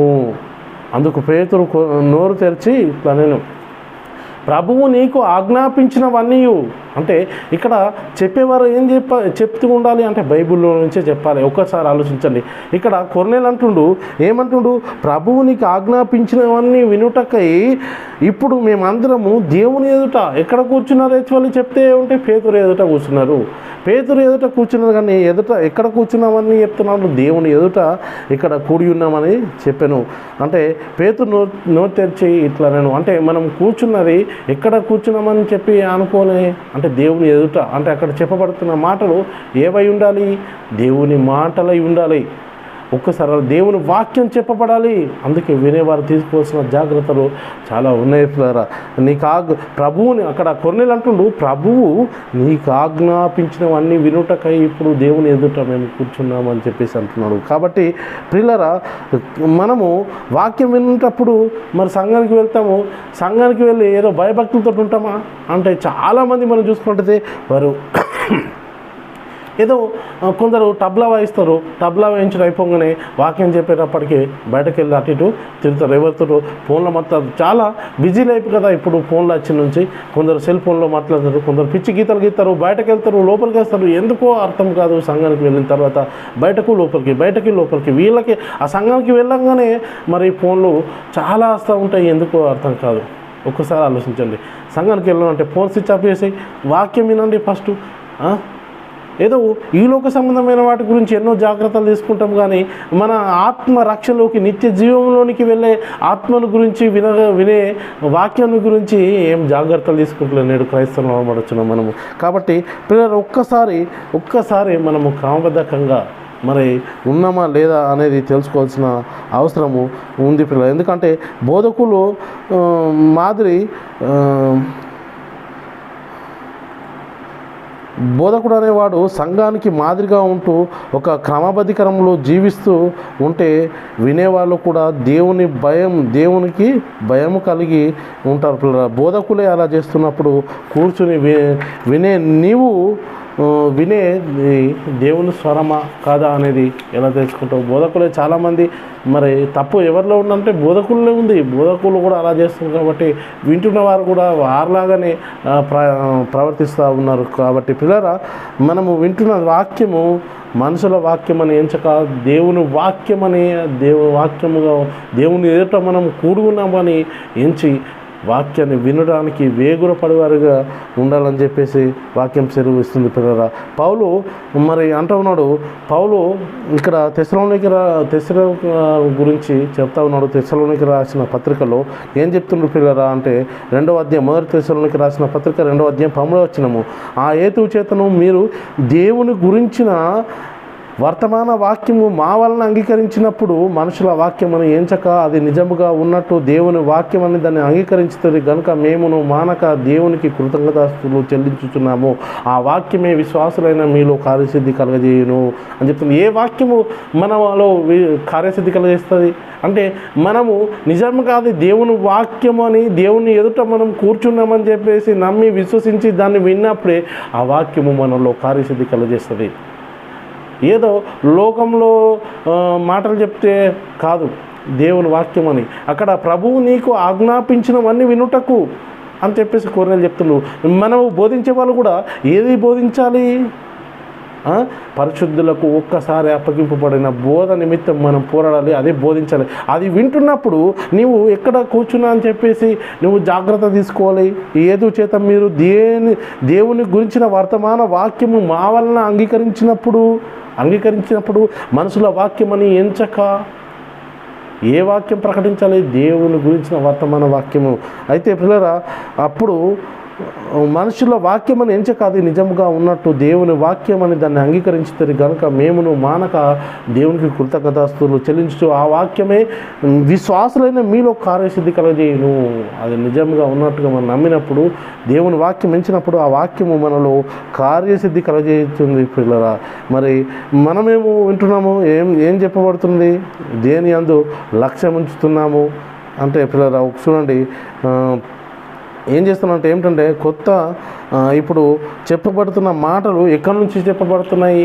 మరి సంఘంలో ఏ మాటలు చెప్పడం వల్ల మనము రక్షణలోనికి వస్తాము, దేన్ని వినటం వల్ల మనం రక్షణలోనికి వస్తాము అనేది మనం తెలుసుకోవాల్సిన అవసరము ఎంతకన్నా. దేవుని వాక్యాన్ని దాన్ని అంగీకరించిన ఏ వాక్యం అంగీకరించడం వల్ల మన ఆత్మ రక్షింపబడుతుంది అనేది తెలుసుకోవాల్సిన అవసరం ఉంది. ఏంటంటే కొత్త నిబంధనలు చెప్పబడిన సంగతులు లక్ష్య పెట్టకపోవడానికి గల కారణం ఏంటంటే నేడు సంఘాల్లో చాలామంది కొత్త నిబంధనలు చెప్పబడిన సంగతులకు లక్ష్య పెడతలేరు. ఎందుకంటే అది పేతురు మాటలు అని చెప్పేసి, పౌలు మాటలు అని చెప్పేసి చెప్తూ ఉంటారు. ఇది పౌలు మాటలా, పేతురు మాటలా, యోహాను మాటలా? వారు ఏ విధంగా రాయించారు? చాలామంది దేని గురించి లక్ష్య పెడుతున్నా అంటే కేవలము యేసుక్రీస్తు జీవించి ఉన్న సమయంలో ఆ 4 సువార్తలు ఉన్నాయి కదండి, ఆ 4 సువార్తల్లో చెప్పబడిన మాటలు నేడు క్రైస్తవులు అనబడుతున్న మనకు మరి చెప్పబడుతున్న మాటలు అని చెప్పేసి అంటూ ఉన్నట్లేరా. నేడు మరి ఏదైతే ఆ 4 సువార్తలో ఉన్న మాటలు క్రైస్తవులతో మాట్లాడిన మాటల, అవి సంఘంలో మాట్లాడిన మాటల, అన్ని జనులతోటి మాట్లాడిన మాటల, లేకుంటే యూదులతో మాట్లాడిన మాటల? ఆ 4 సువార్తలో ఉన్నటువంటి యేసుక్రీస్తు మాటలు ఎవరితోటి మాట్లాడినాయి? ఇవి ఎవరికి సొంతము? ఆ 4 సువార్తలో కూడా యేసుక్రీస్తు మాట్లాడింది ఎవరితో అంటే కేవలము యూదులతోటే, లేక ఇజ్రాయెల్తోటి మాట్లాడిన మాటలు ప్రియులారా, ఇజ్రాయెల్ ప్రజలతోటి మాట్లాడిన మాటలు. ఆ 4 సువార్తల్లో ఉన్నవి అవి సంఘంతో మాట్లాడిన మాటలు కాదు. నేడు క్రైస్తవ సంఘంతో మాట్లాడిన మాటలు కావు. అలాగని అన్యజనులతో మాట్లాడినవి అంతకన్నా కాదు. ఎవరితో మాట్లాడిన? యూదులతోటి. ఇజ్రాయెల్ ప్రజలతోటి సున్నతి గల వారికి ఆయన పరిచారకుడు ఆయను అని చెప్పేసి వాక్యం సెలవిస్తుంది. ధర్మశాస్త్రము ఎవరికి ఇవ్వబడింది అంటే యూదులకు, ఇజ్రాయెల్ ప్రజలకు ఇవ్వబడింది. ఆయన ధర్మశాస్త్రంకు లోబడిన వాడై ఉండి వారికి మాత్రమే బోధించడం జరిగింది పిల్లల. మరి ధర్మశాస్త్రము మరి యూదులకు, లేఖనము ధర్మశాస్త్రము యూదులకు మాత్రమే చెప్పాలి. అలాగని మరి అన్యులకు కూడా మరి చెప్తే యేసుక్రీస్తు వారు ఏమవుతారంటే శాపగ్రస్తులు అవుతారు. కాబట్టి పిల్లరా ఎవరికి చెప్పాలి? యూదులకు మాత్రమే చెప్పాలి. 4 సువార్తలు చెప్పబడిన మాటలు ఎవరికి చెప్పబడినాయి అంటే ఇజ్రాయేళ్లకు, యూదులకు మాత్రమే చెప్పబడిన సంగతులు పిల్లరా. అందుకనే యేసుక్రీస్తు ఏం చెప్తున్నాడు? నేను వెళ్ళిపోవటం వలన మీకు ప్రయోజనకరం, నేను వెళ్ళని ఎడల ఆదరణకర్త మీ యుద్ధకు రాడు, నేను వెళ్ళిన ఆదరణకర్త మీ యుద్ధకు ఎల్లప్పుడూ ఉండకు వస్తాడు అని చెప్పేసి చెప్తాడు. నేను వెళ్ళిన ఎడల ఆయన మీ యుద్ధకు, ఆయనను మీ యుద్ధకు పంపుదును, ఆయన మిమ్మల్ని సర్వసత్యంలోనికి నడిపిస్తాడు అని చెప్పేసి, ఆయన నా వాటిలో నుంచి తీసుకొని నన్ను గురించే మీకు బోధిస్తాడు అని చెప్పేసి చాలా స్పష్టంగా మరి యోహాను సువార్త మరి 16వ అధ్యాయంలో మనం చెప్పినట్టుగా చూస్తాం పిల్లరా. ఆయన వెళ్ళిన తర్వాత అంటే ఆయన పరిశుద్ధాత్మ వచ్చి ఏం బోధిస్తాడు? తనంతట తానే ఏం బోధించక ఏమి వినునో అదే బోధిస్తాడు అని చెప్పేసి, వేటిని వినునో వాటినే బోధించును, సంభవింపు సంగతులను మీకు తెలియజేయను. కాబట్టి పరిశుద్ధాత్ముని బోధ యేసుక్రీస్తుని గురించిన బోధ కాదా అని చాలామంది అనుకుంటారు. కానీ యేసుక్రీస్తుని గురించిన బోధనే పరిశుద్ధాత్మ చెప్పినట్టుగా మనం చూస్తున్నాం. అలాగనే అపోస్తుల బోధ పరిశుద్ధాత్మను పొందుకుని వాళ్ళు చేసిన బోధ ఎవరి గురించి చేశారు అంటే ఎవరి గురించి చేశారు? యేసుక్రీస్తు గురించి చేశారు. కాబట్టి పిల్లరా మనము ఆ వాక్యంను లక్ష్య పెడుతున్నామా లేదా అనేది పరిశీలించాల్సిన అవసరం ఉంది. ఏ వాక్యాన్ని మనం లక్ష్య పెడుతున్నాము? ఎవరి వాక్యము మనం వింటున్నాము? చెప్పబడిన వాక్యము సర్వసత్యాన్ని ప్రకటిస్తున్న మనుషుల మాటలు వినుచున్నావా లేదా, ఎంచుతున్నామా లేదా, సర్వసత్యాన్ని మనము వింటున్నామా లేదా అనేది తెలుసుకోవాల్సిన అవసరం ఎంతకింది. లేకపోతే నిజంగా ఉన్నట్టు దేవుని వాక్యమని మనము ఎంచుతున్నామా లేదా, ప్రకటింపబడుతున్న వాక్యము సర్వసత్యమని మనము ఎంచితే ఆ వాక్యం మనలో కార్యసిద్ధి కలగజేస్తుంది. వింటున్న వాక్యము సర్వసత్యం వింటే ఆ వాక్యమే మనలో కార్యసిద్ధి కలగజేస్తుంది. వాక్యము మనం వింటున్నప్పుడు అది మనుషుల వాక్యం అని ఏదో చిన్నవాళ్ళు చెప్తున్నారు, ఏదో ఏం తెలియని వారు చెప్తున్నారు అని చెప్పేసి అనుకోవద్దు. చెప్తున్న వాక్యము మరి వాక్యం ఏందో లేదా, సర్వసత్యం చెప్తున్నారా లేదా అనేది పరిశీలించాల్సిన అవసరము ఎంతకైనా ఉన్నాయి పిల్లలు. అందుకని ఇప్పుడు వాక్యము ఎక్కడ ఉండాలి? ఎక్కడ ఉండాలి? మన హృదయంలో ఉండాలి. మన హృదయంలో ఉండాలని చెప్పేసి అంటున్నారు. వాక్యము మన హృదయంలో ఉంటే ఏమవుతుంది? మనము ఇక్కడ చూసుకున్నట్టయితే కొరింథీయులకు రాసిన పత్రిక 2వ పత్రిక 3:3లో రాతి పలకల మీద కానీ సిరతో కానీ వ్రాయబడక మెత్తని హృదయంలోను పలకల మీద జీవం గల దేవుని ఆత్మతో మా పరిచర్య మూలంగా వ్రాయబడిన క్రీస్తు పత్రికలై ఉన్నారు, మీరు తేటపరచబడుచున్నారు. మనము క్రీస్తు పత్రికలమై ఉన్నామని చెప్పేసి చెప్తా ఉన్నాం పిల్లలు. ఒక్కసారి ఆలోచిస్తే మనము వాక్యాన్ని ఏ విధంగా వెతకాలి పిల్లరా? వాక్యాన్ని మనము చాలా జాగ్రత్తగా మరి సత్యాన్ని తెలుసుకోవాల్సిన అవసరం ఉంది పిల్లరా. వీళ్ళు ఆలోచిస్తే ఈ లోకంలో ధనము, బంగారము, ఎండి, నాణ్యముల గురించి ఎంతో పరిశీలన చేసి తెలుసుకుంటున్నాము. అలాంటప్పుడు వాక్యాన్ని కూడా ఎంతో పరిశీలన చేసి జాగ్రత్తగా మనము మన హృదయంలో దాచుకోవాల్సిన అవసరం ఉంది. ఎందుకంటే పిల్లరా ఆ ధనాన్ని తీసుకెళ్ళి ఎక్కడ దాచిపెట్టాలో మనకు తెలుసు. వెండి బంగారంలో కానీ మనకు వచ్చే ధనాన్ని కానీ తీసుకెళ్ళి ఎక్కడో భద్రంగా దాచిపెడతాము. ఎక్కడ భద్రంగా దాచిపెడతాము అంటే బీరువాల్లో అలా పెడతాము. అలాగే ఇప్పుడు కూడా మనము మన వాక్యాన్ని ఎక్కడ దాచుకోవాలి? మనము మన హృదయంలో దాచిపెట్టుకోవాలని చెప్తున్నావు. మనం ఏమై ఉన్నామట? క్రీస్తు పత్రికలమై ఉన్నాము అని చెప్పేసి అంటున్నాడు. అందుకని ఇంకా చూసుకున్నట్టయితే యాకోబు రాసిన పత్రిక 1:21 ఏమంటున్నాడు? అందుచేత సమస్త కల్మషమును విరవీగుచున్న దుష్టత్వమును మాని లోపల నాటబడిన మీ ఆత్మను రక్షించుటకు శక్తిగల వాక్యమును సాత్వికంతో అంగీకరించుడి అని చెప్పేసి యాకోబు రాసిన పత్రిక 1:21లో చెప్పబడుతుంది పిల్లరా. ఇంకా చూసుకున్నట్టయితే మన ఆ బోధకు లోబడకుండా మన హృదయాన్ని కఠినపరుచుకున్న వారమైతే ఒకవేళ ఎంత సత్యాన్ని ప్రకటించినా కానీ ఆ సత్యానికి లోబడక సత్యానికి విరోధముగా మనము మన హృదయాన్ని కఠినపరుచుకుంటే ఏం జరుగుతుంది? మనము రక్షణలోనికి రాం పిల్లరా. అందుకనే ఏం చెప్పబడుతుందంటే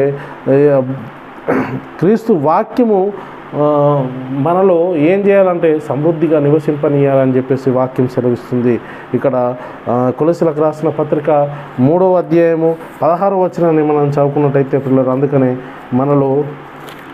మనము వాక్యాన్ని మన హృదయంలో నివసింపనీయాలి. 3వ అధ్యాయము 16వ వచనంలో చూసుకున్నట్టయితే సంగీతములతోనూ కీర్తనలతోనూ ఆత్మ సంబంధమైన పద్యములతోనూ ఒకరినొకడు బోధించుచు బుద్ధి చెప్పుచు కృపాసహితముగా మీ హృదయములలో దేవుని గురించిన గానం చేయుచు సమస్త విధములైన జ్ఞానముతో క్రీస్తు వాక్యము మీలో సమృద్ధిగా నింపనీయుడి అని చెప్పేసి అంటుండు. మనలో నివసింపనీయుడి అని చెప్పేసి మనలో ఏం నివసింపనీయాలి అంటే క్రీస్తు వాక్యం మన హృదయంలో సమృద్ధిగా నివసింపనీయాలి అని చెప్పేసి వాక్యం సెలవిస్తుంది. క్రీస్తు వాక్యం మనలో సమృద్ధిగా నివసింపనీయాలి. పిల్లరా, ఒక్కసారి ఆలోచించుకుంటే పిల్లరా, మనము ఏదైనా కరువు వచ్చిందనుకోండి, కరువు వస్తుందంటే ఆ కరువుకు ముందుగానే మన ఇంట్లో కొన్ని బియ్యం బస్తాలు తెచ్చుకొని ఉంచుకుంటాం. ఎందుకు అంటే ఏం కూరగాయలు లేకుండా కానీ ఆ గంజి తీసుకున్న మనము బతకగలుగుతామని చెప్పేసి ఒక ఆలోచనతో ఉంటాము. కాబట్టి అలాగే మన హృదయంలో సమృద్ధిగా నివసింపనీయాలట క్రీస్తు వాక్యాన్ని. ఎలా సమృద్ధిగా నివసించనీయాలి క్రీస్తు వాక్యాన్ని మన హృదయంలో సమృద్ధిగా నివసించుకోనివ్వాలి. ఆ బియ్యం బస్తాలు ఒక్కొక్కరు టప్పి కొట్టుకుంటూ ఉంటారు ఇళ్ళలో ఒక సంవత్సరానికి సరిపడే. అలాగే మనము మన హృదయంలో ఏం నివసింపనీయాలి అంటే క్రీస్తు వాక్యం మీ హృదయంలో సమృద్ధిగా నివసింపనీయుడి. ఏదైతే సత్యం అని తెలుసుకుంటున్నామో దాన్ని గట్టిగా పట్టుకోవాలి అని చెప్పేసి వాక్యము చెప్తుంది. దాని యందు నిలకడగా ఉండాలి అని చెప్పేసి అంటున్నారు. శిలువ మరణ సమాధి పునరుద్ధానం గురించి సాక్షులమై ఉండాలని చెప్పేసి చెప్తా ఉన్నారు. పిల్లరా, ఏ వాక్యము మరి చెప్పబడుతుంది, సత్యవాక్యం ఏది అనేది మనం తెలుసుకోవాల్సిన అవసరం ఉంది. పిల్లరా, ఒక్కసారి మనము కొరింథీయులకు రాసిన మొదటి పత్రిక 15వ అధ్యాయం 1 నుంచి 3 వచనాల దాకా మనం చదువుకుంటే, మరియు సహోదరులారా, నేను మీకు ప్రకటించిన సువార్తను మీకు తెలియపరచుచున్నాను. మీరు దాన్ని అంగీకరించితే దాని యందు నిలిచి ఉన్నారు. మీ విశ్వాసం వ్యర్థమైతే కానీ నేనే ఉపదేశ రూపముగా మీకు సువార్త ప్రకటించుతును. ఆ ఉపదేశంను మీరు గట్టిగా పట్టుకునే ఆ సువార్త వలన మీరు రక్షణ పొందివారై ఉందురు. నాకు ఇవ్వబడిన ఉపదేశం మొదట మీకు అప్పగించింది. అదేమనగా లేఖనముల ప్రకారం క్రీస్తు మన పాపము నిమిత్తము ఏం చేశాడు? మృతి పొందెను, సమాధి చేయబడను అని చెప్పేసి. పిల్లరా, ఇది సువార్త. పిల్లరా, ఈ సువార్తను మనము గట్టిగా పట్టుకోవాలంట. ఏదో లూజ్గా కాదు, గట్టిగా పట్టుకోవాలని చెప్పేసి వాక్యం సెలవిస్తుంది. మరి మనం గట్టిగా పట్టుకున్నామా లేదనేది ఒక్కసారి ఆలోచించుకోవాలి. విశ్వాస సుబోధ సంబంధమైన వాక్యముల చేత పెంపరుస్తూ క్రీస్తు యేసునకు మంచి పరిచారకుడవై ఉండు అంటున్నాడు. విశ్వాస సుబోధ సంబంధమైన వాక్యం చేత పెంపరచు అని చెప్పేసి ఇది తిమోతికి రాసిన మొదటి పత్రిక 4వ అధ్యాయము 6వ వచనంలో ఉంటుంది. పెంపరచు అంటే ఎలా? ఒక చెట్టు మనము ఇంటి ముంగట పెట్టినామనుకోండి, ఆ చెట్టుకు మరి ఏం చేస్తాము? పందిరేయడానికి చేస్తాం. ఒక పాదు చివరన మరి ఒక నాటి దానికి పైన పందిరేస్తాము. ఆ పందిరి పైన ఏమవుతుంది? అదంతా కూడా తీగ పారుతూ ఉంటుంది. ఆ విధంగా మనము కూడా పెంపారాలి అని చెప్పేసి అంటా ఉన్నాడు. పెంపారాలి అని చెప్తున్నాము. మరి మనము ఇంకా చూసుకున్నట్టయితే యాకోబు రాసిన పత్రికలు 1వ అధ్యాయము, యాకోబు రాసిన పత్రిక 1వ అధ్యాయంలో మనం చదువుకున్నట్టయితే అక్కడ కూడా చెప్పబడుతున్న మాటలు మనం చదువుకుంటే, యాకోబు రాసిన పత్రిక 1వ అధ్యాయము 22 నుంచి మనం చూసుకున్నట్టయితే అక్కడ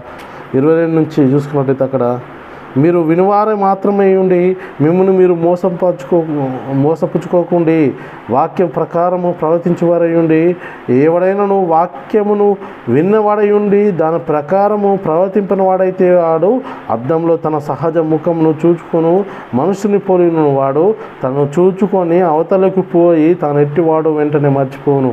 అంటే వినువాడై ఉండి మిమ్మల్ని మీరు మోసం చేసుకోకూడదు. ఎందుకు? ఆడు వాక్యం తన సహజ మొహంను అద్దంలో చూసుకొని అవతలకి వెళ్ళిన తర్వాత ఆడెట్టివాడు మర్చిపోతాడు. రాత్రి వరకు జ్ఞాపకం ఉంచుకుంటాను, నేను అద్దంలో నా ముఖం ఇలా ఉండే అలా ఉండే అని చెప్పేసి అంటే జ్ఞాపకం ఉంటుంది. అలాగే వినివారమై ఉండి మనం మోసపరచుకోకూడదు. వాక్య ప్రకారం ప్రవర్తించే వారమై ఉండాలి. ఒకవేళ వాక్య ప్రకారం ప్రవర్తించకుంటే అద్దంలో తన సహజ మొహంను చూసుకొని అవతలకి వెళ్ళి తన ఎట్టివాడు మర్చిపోయేటువంటి సంగతి ఉంటుంది పిల్లరా. కాబట్టి వ్యర్థమైన మాటలకు ప్రక్కకు తిరిగేవారుగా మనం ఉండొద్దు పిల్లరా. ఈ లోక సంబంధమైన ముసలమ్మ ముచ్చటకు మనము చెవినీయకుండా ఉండాలి పిల్లరా. అయితే ఏది లాభకరమో దాని అందే మనము వాటి అందు స్థిరపడి ఉండకూడదు. ఏదో ఈ లోక సంబంధమైన వాటి గురించి ఏదో కొత్త సంగతులు వినుట యందును సంతోషించుట యందును మనము ఉండకూడదు. ఎందుకంటే ఏథెన్సులో ఉన్న వారందరట ఏం చేసేవారట, అక్కడ నివసించేవారు పరదేశులు ఏదో ఒక కొత్త సంగతులు చెప్పుట యందును వినుట యందు మాత్రమే తమ కాలాన్ని గడుపుతూ ఉండేవారట అని వాక్యం సెలవిస్తుంది. అపొస్తలుల కార్యము 17:21 చెప్పబడుతుంది. ఏదో ఒక కొత్త సంగతి చెప్పుట యందును వినుట యందు మాత్రమే కాలం గడపటం అనేది సరికాదు. లేఖనము ఏం చెప్తుందంటే వింటే సరిపోతుందంటే వినటం వల్ల సరిపోదు. కానీ ఎవడైనా వాక్యం వినబడై ఉండి దాని ప్రకారంగా ప్రవర్తించిన వాడైతే అద్దంలో తన సహజ ముఖమును చూసుకొని వాడిని సహజ ముఖం చూసిన వాడిని పోలిన వాడే ఉంటాడట. ఎందుకంటే వాడు అవతలకు వెళ్ళిన తర్వాత వాడు మర్చిపోతాడు. కాబట్టి ప్రియులారా, వాక్యం వినటం వలన దేవుని దృష్టికి నీతిమంతులు కాదు, ధర్మశాస్త్రము వినువారు దేవుని దృష్టికి నీతిమంతులు కారు, కానీ ధర్మశాస్త్రము అనుసరించి ప్రవర్తించే వారే నీతిమంతులుగా తీర్చబడతారని చెప్పేసి వాక్యం సెలవిస్తుంది. రోమిలకు రాసిన పత్రిక 2:13. అంటే వాక్యం వినటం వల్ల మేము అనేకమైన మీటింగ్కి వెళ్ళాము, ప్రతి ఆదివారం మేము సంఘానికి వెళ్తున్నాము, ఆ పాటలు పాడుతున్నాము, అది చేస్తున్నాం ఇది చేస్తున్నాం అనడం వల్ల నువ్వు దేవుని దృష్టికి నీతిమంతుడుగా కావు. కానీ మరి దేవుని దృష్టికి ఎప్పుడు నీతిమంతుడుగా అవుతావు? ధర్మశాస్త్రం అనుసరించి ప్రవర్తించి వాడే నీతిమంతుడుగా ఎంచబడును. కాబట్టి పిల్లరా, చాలా జాగ్రత్తగా ఉండాల్సిన వింటున్న మనము చాలా జాగ్రత్తలు తీసుకోవాల్సిన అవసరం ఉంది. దేవుని వాక్యము ఎక్కడ దాచుకోవాలి? లోపల నాటబడిన మీ ఆత్మను రక్షించుటకు శక్తిగల వాక్యమును మన హృదయంలో భద్రం చేసుకోవాలని చెప్పేసి వాక్యం సెలవిస్తుంది. క్రీస్తునందు మనము నిలిచి ఉండాలి అని చెప్పేసి అంటున్నాను. ఇక్కడ వాక్యము ఏమంటుంది? అయితే మీరు మొదటి నుండి దేన్ని వింటురో అది మీలో నిల్వనీయుడి. మీరు మొదటి నుండి విన్నది మీలో నిలిచిన ఎడల మీరు కూడా కుమారుని అందును తండ్రి మీ అందును నిలుతురు, కుమారుని అందును తండ్రి అందును నిలుతురు అని చెప్పేసి యోహాను రాసిన మొదటి పత్రికలో 2:24 ఉంది. ఏది విన్నావో అది మన హృదయంలో నిలవాలి, వాక్యము మనలో ఉండాలి. కాబట్టి పిల్లరా, ఒక్కసారి ఆలోచించండి. కాబట్టి చిన్నపిల్లలారా, ఆయన ప్రత్యక్షమగునప్పుడు ఆయన రాకడ యందు మనము ఆయన ఎదుట సిగ్గుపడక ధైర్యము కలిగి ఉండునట్లు మీరు ఆయన యందు నిలిచి ఉండుడి అని చెప్పేసి అంటుండ్రు. 1 యోహాను 2:28 వాక్యం మనలో ఉండాలి, మనము ఆయన యందు ఉండాలి. వాక్యం వినేవాళ్ళు తీసుకోవాల్సిన ప్రాముఖ్యమైన జాగ్రత్తల పిల్లల సంగతి ఇక్కడ వ్రాయబడింది ఏంటంటే పిల్లరా, ఇక్కడ మనము చూసినట్లయితే వినువారు చెరుపుటకే కానీ మరి దేనికి పనికిరాని మాటల గురించి వాదం పెట్టుకునవద్దు. వారి వాక్యము వింటున్న వారు తీసుకోవాల్సిన జాగ్రత్తలు పిల్లరా, వినువారిని చెరుపుటకే కానీ మరి దేనికి పనికిరాని మాటల గురించి వాదం పెట్టుకోవద్దు. తిమోతికి రాసిన 2వ పత్రిక 2:14 ఇక్కడ మనము వినువారికి మేలు కలుగునట్లు అవసరాన్ని బట్టి క్షేమాభివృద్ధికరమైన అనుకూల వచనమే కానీ మరి దుర్భాష ఏది కూడా మీ నోటి నుండి రాకూడదు అని చెప్పేసి వాక్యం సెలవిస్తుంది. రానియకూడదు అని చెప్పేసి ఇక్కడ ఎఫెసీయులకు రాసిన పత్రిక 4:29 చెప్తుంది. ఇక్కడ వినువారికి మేలు కలుగునట్లు అవసరమును బట్టి క్షేమాభివృద్ధికరమైన అనుకూల వచనమే పలుకుడి, కానీ దుర్భాష ఏది మీ నోట రానియకూడదు అని చెప్తున్నాం. మనము వినే మాటలు మనకేమైనా క్షేమాభివృద్ధి కలుగుతున్నాయా లేదా వింటున్నాము, కానీ మనకు క్షేమాభివృద్ధి కలుగుతుందా, మన ఆత్మ రక్షణలోకి తీసుకెళ్తుందా? ఏ మాటలు వింటున్నాం, ఏ మాటలు మనము అపేక్షిస్తున్నాము, ఏ మాటలు మనము కోరుకోవాలి? బైబిల్ మాటలా లేకుంటే ఏ మాటలు? చాలామంది ఆసక్తిగా ఏ మాటలు వింటున్నారు? లోక సంబంధమైన మాటలు చెప్తే చాలా బాగా చెప్తున్నారు, మా అయ్యగారు చాలా మంచిగా వివరిస్తున్నారు అని చెప్పేసి వాటిని అపేక్షిస్తున్నారు. మరి బైబిల్ గురించి చెప్తా ఉన్నప్పుడు ఏం చేస్తారంటే నిద్రపోతారు పిల్లరా, నిద్రపోతా ఉంటారు పిల్లరా. కాబట్టి మనం వాక్యాన్ని వినేటప్పుడు ఏ విధంగా వాక్యాన్ని వినాలి, ఏ విధంగా వాక్యాన్ని మనము అపేక్షించాలి అని చెప్పేసి వాక్యము సెలవిస్తుంది. అంటే పేతురు రాసిన మరి మొదటి పత్రిక 2వ అధ్యాయంలో మనం చూసుకున్నట్టయితే పిల్లరా, 2వ అధ్యాయము 2వ అధ్యాయం 2-3 వచనము. సమస్త దుష్టత్వమును, సమస్తమైన కపటములు, వేషధారణ, అసూయయు, సమస్త దూషణ మాటలను మాని క్రొత్తగా జన్మించిన శిశువును పోలిన వారే నిర్మలమైన వాక్యమును పాలనను రక్షణ విషయంలో ఎదుగు నిమిత్తం ఆ పాలను అపేక్షించుడి అని చెప్పేసి అంటున్నాడు. రక్షణ విషయంలో ఎదుగు నిమిత్తం ఆ పాలను మనం ఏం చేయాలి? అపేక్షించాలి. పిల్లరా, ఎదుగు నిమిత్తం వాక్యం అనే పాలన అపేక్షించాలి. ఈ లోక సంబంధమైన సంగతులను అపేక్షిస్తూ ఉన్నారు నేడు.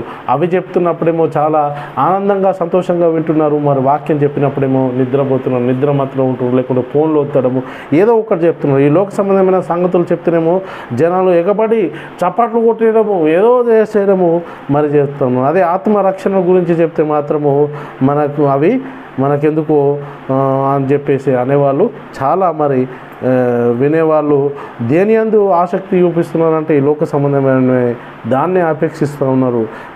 ప్రియులరా, నేను అనే ఆత్మను రక్షించే వాక్యాన్ని వింటున్నా. ఏ వాక్యాన్ని వినడం వల్ల అది మనకు అదవుతుంది అనేది మనం తెలుసుకోవాల్సిన అవసరం ఉంది. పిల్లరా, ఒక్కసారి ఇంకా మనము చూసుకున్నట్టయితే యాకోబు రాసిన పత్రిక 2వ అధ్యాయం 1వ వచనాన్ని మనం చదువుకున్నట్టయితే, ఏ వాక్యం వింటున్నో ఆ వాక్యము విన్నప్పుడు దాని గురించి మోమాటం గలవరమై ఉండకూడదు అని చెప్పేసి అంటారు. ప్రభు దయాళుడు. మీరు యాకోబు రాసిన పత్రిక 2వ అధ్యాయం 1వ వచనం. పిల్లరా, 2వ అధ్యాయం 1వ వచనం, నా సహోదరులారా, మహిమా స్వరూపియగు మన ప్రభు అయిన యేసు క్రీస్తును గురించిన విశ్వాస విషయంలో మోమాటం గలవరై ఉండకూడి. మనం వింటున్న వాక్యం ఒకవేళ సరైనది కాకుంటే, బైబిల్లో ఉన్నట్టుగా లేకుంటే, మనము అయ్యగారు చెప్తున్నాడు అని చెప్పేసి ఏది చెప్తే అది వినడం కాకుండా ఆ వాక్య విషయమై ఏమాత్రం మనము మోమాటం కలిగి ఉండకూడదు అని చెప్పేసి చెప్తా ఉన్నాడు. కాబట్టి పిల్లల మేలైన చేయనిది అలా చేయని వాడికి పాపం కలుగును అని చెప్పేసి అంటున్నారు. పిల్లలు ఉపదేశ యొక్క క్రమమును అప్పగింపబడాలి అని చెప్పేసి అంటున్నాడు. ఇక్కడ మనం ఇంకా చూసుకున్నట్టయితే రోమిలకు రాసిన పత్రిక 6వ అధ్యాయం 16 నుంచి చూసుకున్నట్టయితే, లోబడటకు దేని మిమ్మల్ని మీరు దాసులుగా అప్పగించుదురో అది చావు నిమిత్తము, పాపమునకే కానీ, నీతి నిమిత్తము, విధేయతకే కానీ దేనికి మీరు లోబడతారో దానికి దాసులు అవుతారో మీరు ఎరగరా అని చెప్తున్నారు. మీరు పాపమునకు దాసులై ఉంటారు కానీ, ఏ ఉపదేశ క్రమమునకు మీరు అప్పగింపబడతారో దాన్ని హృదయపూర్వకముగా లోబడిన వారై పాపము నుండి విమోచింపబడి నీతికి దాసులైతారు. ఇందుకు దేవునికి స్తోత్రము. అంటే పాపం నుండి విమోచింపబడి హృదయపూర్వకంగా వారు లోబడిన వారైనరు. అంటే వాక్యానికి హృదయపూర్వకంగా లోబడాలని చెప్పేసి చెప్తా ఉంటున్నారు. ఏ వాక్యం వలన మరి మనకు రక్షణ కలుగుతుంది అనేది పిల్లరా మనం తెలుసుకోవాల్సిన అవసరము ఎంతకైనా ఉంది. మనల్ని మన హృదయంలో యేసుక్రీస్తును ప్రభువుగా ప్రతిష్ఠించుకోవాలని చెప్పేసి వాక్యం చదివిస్తుంది. నిర్మలమైన మనసాక్షి గల వారై మీలో ఉన్న నిరీక్షణ గురించి మిమ్మల్ని ఏతువడుగు ప్రతి వానికి సాత్వికంతో, భయంతోనూ సమాధానం చెప్పుటకు ఎల్లప్పుడూ సిద్ధముగా ఉండి మీ హృదయంలో క్రీస్తును ప్రభువుగా ప్రతిష్ఠించుడి. మన హృదయంలో యేసుక్రీస్తును ప్రభువుగా ప్రతిష్ఠించాలి. హృదయపూర్వకంగా మరి ఆయనను అంగీకరించాలి. పేతురు రాసిన మొదటి పత్రిక 3వ అధ్యాయం 15 వచనంలో రాయబడింది. పిల్లరా, మన హృదయంలో క్రీస్తును ప్రభువుగా ప్రతిష్ఠించుకోవాల్సిన అవసరం ఎంతకైనా ఉంది. పిల్లరా, మనము దేనికి లోబడాలంటే వాక్యానికి లోబడాలి. దేనికి లోబడాలి? హృదయపూర్వకంగా, అంటే వాక్యానికి లోబడాలి. ఎప్పుడైతే మన హృదయాల్లో క్రీస్తును ప్రభువుగా ప్రతిష్ఠించుకుంటామో అప్పుడు మనము అన్ని విషయంలో క్రీస్తు వలె ఉండుటకు అవకాశము ఉంటుంది. పౌలు కూడా ఏం చెప్తున్నాడు? నేను క్రీస్తుని పోలి నడుచుకున్న ప్రకారము మీరు నన్ను పోలి నడుచుకునుడి అని చెప్పేసి అంటూ ఉన్నాడు. పిల్లరా, ఇంకా ఎఫెసీయులకు రాసిన పత్రిక 4:15 మనం చూసుకుంటే పౌలు ఏం చెప్తున్నట్టే, ప్రేమ కలిగి సత్యం చెప్తూ క్రీస్తు వలన నుంటకు మనం అన్ని విషయంలో ఎదుగుదుము అని చెప్పేసాను. ప్రేమ కలిగి సత్యం చెప్తూ క్రీస్తు వల్ల ఉండుటకు అన్ని విషయంలో మనం ఎదుగుతాం. ఎందుకంటే దినంలో చెడ్డవి కనుక మీరు సమయమును పోనీక సద్వినియోగము చేసుకొనొచ్చు. అజ్ఞానం వల్లే కాక జ్ఞానుల వల్లే నడుచుకున్నట్లు జాగ్రత్తగా చూసుకోండి. జ్ఞానుల వల్లే నడుచుకున్నట్లు జాగ్రత్తగా చూసుకోవాలి. ఎఫెసీ 5వ అధ్యాయం 15 ఉంటుంది. పిల్లరా, పౌలు శీలయు చెప్పిన సంగతులను అలాగున్న వాళ్ళేవో మరి ఏం చేశారు? బెరేలో ఉన్నవారు శోధిస్తూ మరి దినదినము వాక్యాన్ని పరిశీలిస్తూ వచ్చిందట. మరి మనమేం చేస్తున్నాం మరి? చాలా సంగతులు నేర్చుకోవాల్సిన అవసరం ఉంది. మనము చేసే ప్రతి సాధకము ఆత్మ సంబంధమైన సాధకము చేస్తున్నామా లేదా? శరీర సంబంధమైన సాధకంలో అనేకం ఉన్నవి, కానీ ఆత్మ సంబంధమైన సాధకులను కూడా చేయాల్సిన అవసరము ఉంది పిల్లరా. మనం ఇంకా చూసుకున్నట్టయితే ఇక్కడ చూసుకున్నట్టయితే తిమోతికి రాసిన పత్రికలో మనం చూసుకున్నట్టయితే మొదటి తిమోతికి రాసిన పత్రిక 4వ అధ్యాయంలో మనం చూసుకున్నట్టయితే అక్కడ చెప్పబడుతున్న మాట 4వ అధ్యాయము 7-8 వచనాల్లో చూసుకున్నట్టయితే అపవిత్రమైన ముసలమ్మ ముచ్చట్లను విసర్జించి దేవభక్తి విషయంలోనూ నీకు నీవే సాధకం చేయబడాలి. మనం సాధకం చేసుకోబడాలి అని చెప్పేసి అంటుండే. ఇంకా శరీర సంబంధమైన సాధకములు కొంచెం మట్టుకే ప్రయోజనకరము, కానీ దేవభక్తి ఇప్పటి జీవము విషయంలోనూ రాబో జీవ విషయంలోనూ వాగ్దానంతో కూడినదై అది అన్ని విషయంలో ప్రయోజనకరము. దేవభక్తి విషయంలో మనం సాధకం చేయబడి ఉండాలని చెప్పేసి అంటున్న పిల్లలు.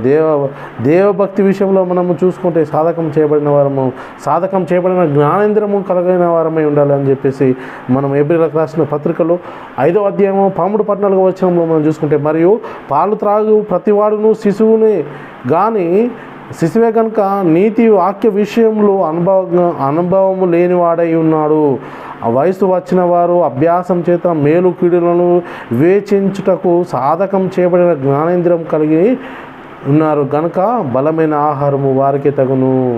మన విషయంలో పిల్లల పరిశీలన చేసుకుంటే సాధకంలో చేపడిన జ్ఞానేంద్రియం కలిగిన వారమై ఉండాలి. అలాగే మనము పరిశీలన చేసుకుంటే మనము కలిగి ఉన్నటువంటి స్థిరమైన మనసు ఏదైతే ఉందో అది దేనిలో నుండి విడిపోకుండా ఉండాలని చెప్పేసి అంటూ ఉన్నారు. ఇక్కడ పేతురు రాసిన 2వ పత్రిక 3వ అధ్యాయం 17వ వచనం, మీరు మీ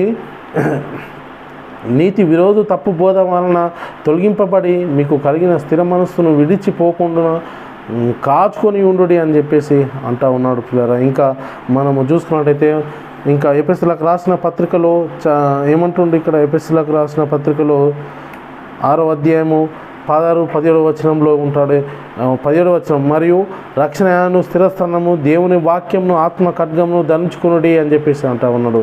ఇంకా ఎబ్రీలకు రాసిన పత్రిక 13:9లో నానా విధములైన అన్య బోధల చేత త్రిప్పబడకుడి, భోజన పదార్థములను బట్టి కాక కృపను బట్టి హృదయము స్థిరపరచుకునుట మంచిది, భోజనమును బట్టి ప్రవర్తించిన వారికి ఏమీ ప్రయోజనము కలగదు, భోజన పదార్థం బట్టి కాక అని చెప్పేసి అంటున్నారు పిల్లరా. అపోస్తలు మరి ఎందుకు అంటే ఇప్పుడు ఉన్న పరిస్థితిలో అపవాది నానా విధంలో అన్ని బోధలు మరి సంఘంలోకి తీసుకొచ్చి మనల్ని త్రిప్పివేస్తున్నాడు. ఎలా అనగా అట్టివారు క్రీస్తు యేసు అపోస్తుల వేషం ధరించుకున్న వారి దొంగ అపోస్తులను మోసగారైన పనివారై ఉన్నారు. ఇది ఆశ్చర్యం కాదు, సాతాను తానే వెలుగుదూత వేషం ధరించుకొని ఉన్నాడు గనుక తన నీతి ప్రచారకుల వేషం ధరింపజేసి సంఘంలో చెలామణి చేస్తూ ఉన్నాడు. కాబట్టి మనం వింటున్న బోధ సత్య సంబంధమైనదా లేదా, వాక్యానుసారంగా ఉన్నదా లేదా, ప్రవర్తించాల్సిన అవసరము వినువారు తీసుకోవాల్సిన జాగ్రత్త ఉన్నది పిల్లరా.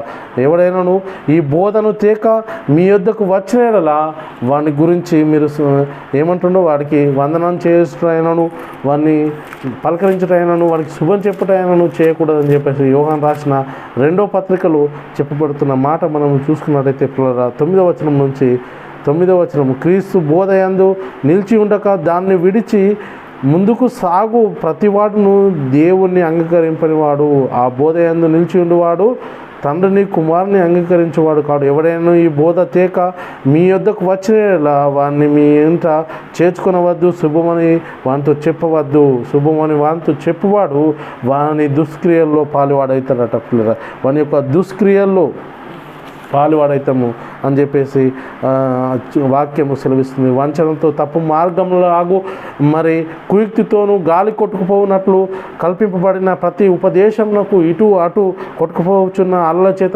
ఎగురబడినటువంటి వారమై ఉండకూడదు అని వాక్యం సెలవిస్తుంది పిల్లరా. కాబట్టి పిల్లరా తప్పు బోధకు కుయుక్తిగా మరి బోధించే బోధనలకు మనము లోబడకూడదు. యేసు ప్రభు దగ్గరకు అపవాది వచ్చాడు, కుయుక్తితో వచ్చాడు. యేసుక్రీస్తును ఎలాగైనా భ్రష్టుని చేయాలని చెప్పేసి వచ్చాడు, కానీ యేసుక్రీస్తు గుర్తించాడు. కాబట్టి క్రీస్తు గుర్తించినట్టు నువ్వు కూడా గుర్తిస్తున్నావా లేదా? క్రీస్తు అనుగ్రహించే సమాధానము మన హృదయంలో ఏలుచీమనీయుడి అని చెప్పేసి అంటా ఉన్నాడు. కాబట్టి ప్రియులారా, మనము ఎలాంటి పరిస్థితుల్లో ఉన్నాము, ఏ బోధ మనము వింటున్నాము, మనం వినుచున్న బోధ శరీరానుసరమైన బోధన, ఆత్మానుసరమైన బోధన ఒక్కసారి మనమే పరిశీలన చేసుకోవాల్సిన అవసరం ఉంది ప్రియులారా. మనము ఏది వింటున్నామో, ఏ వాక్యాన్ని అంగీకరిస్తున్న బోధ మరి అది నిజంగా ఉన్నదా, అది అట్ట ఉన్నదా లేదా అనేది దేవుని వాక్యమేనా కాదా అని మనం పరిశీలన చేయాల్సిన అవసరము ఎంతకైనా ఉంది పిల్లలు. ఆ బోధ ఆ బోధకుడు మాట్లాడే మాటలు దేవుడు వాక్యము మాట్లాడుతుండా, దేవుని వాక్యము చెప్తున్నాడా లేదని తెలుసుకోవాల్సిన అవసరం ఉన్నది పిల్లరా.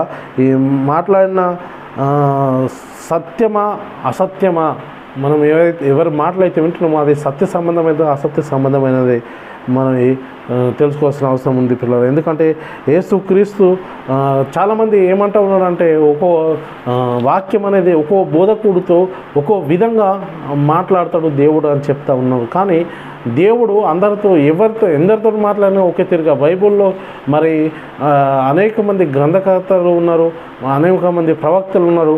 ఎందరితోటి మాట్లాడిన కానీ దేవుడు ఒకే రీతిగా మాట్లాడు, కానీ ఒక్కొక్కరితో ఒక్కొక్క విధంగా మాట్లాడలేదు, అందరితో ఒక విధంగా మాట్లాడు. అందుకని దేని యందు మనం స్థిరపడి ఉండాలని చెప్పేసి యేసుక్రీస్తు జీవించి ఉన్న సమయంలో తండ్రికి ప్రార్థన చేస్తూ ఉన్నాడు. యోహాను సువార్తలో 17వ అధ్యాయంలో అంటే పిల్లలు మనం చూసుకున్నట్టయితే అక్కడ 21వ వచనం, వారును మన యందును ఏకమై ఉండేవారని వారి కొరకు మాత్రమే నేను ప్రార్థించడం లేదు, వారి వాక్యము వలన నా యందు విశ్వాసం ఉంచి వారందరూ ఏకమై ఉండేవారని వారి కొరకు ప్రార్థిస్తున్నాం. వారి వాక్యం వల్ల అంటే వాక్యములు అందరూ ఒకే రీతిగా ఉండాలి అని చెప్పేసి ప్రార్థిస్తున్నారు. కాబట్టి ఇప్పుడున్న పరిస్థితుల్లో మనం విన్నవారమై ఉంటున్నామా, విన్న బోధను మనం పరిశీలిస్తున్నామా లేదా, మన జీవితంలో పరిశీలించేది ఉందా లేదా, నమ్మదగిన బోధను గట్టిగా పట్టుకుంటున్నామా లేదా లూజుగా పట్టుకుంటున్నామా, పట్టుకున్నటువంటి అలవాటు మనకు ఉందా లేదా, ఇప్పుడున్న పరిస్థితుల్లో మనం ఏది వింటున్నామో అది రుడి అని తెలుసుకుంటున్నామా లేదా, తెలుసుకొని దాని యందు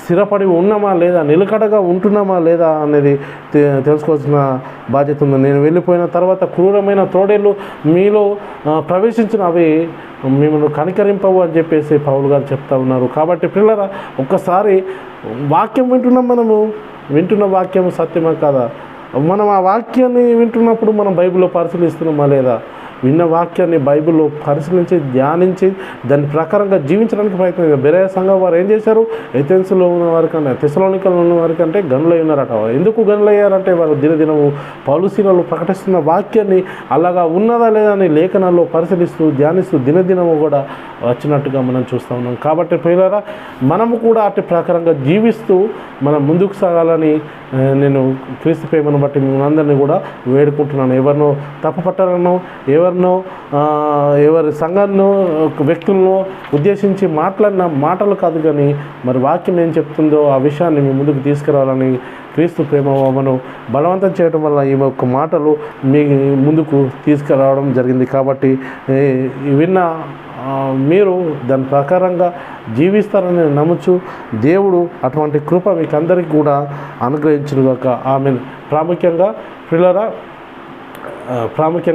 ది బైబిల్ టువర్డ్స్ అకాడమీ యొక్క ఫేస్బుక్ ద్వారా కానీ యూట్యూబ్ ద్వారా కానీ మీకు మరి ఆన్లైన్లో ఈ క్లాసులు బైబిల్ థియాలజీ ఏదైతే ఉన్నదో సిటిహెచ్ క్లాసులు, సర్టిఫికేట్ ఆఫ్ థియాలజీ క్లాసులు మీకు అందించడం జరుగుతుంది. కాబట్టి మీరు యూట్యూబ్లో సబ్స్క్రైబ్ చేయని వారైతే యూట్యూబ్లో సబ్స్క్రైబ్ చేసుకోండి. పంపించబడుతున్న ప్రతి ఒక్క వాక్యాన్ని వినండి, మీ ఆత్మీయ స్థితిలో ఎదగండి. క్రీస్తు ప్రేమను బట్టి మీ అందరినీ కూడా బతుకుతుంది. చెప్పబడుతున్న ప్రతి మాట కూడా ప్రతి హృదయంలో నీరు గట్టి ఫలించిన ఆమేన్. అందరికీ వందనాలు.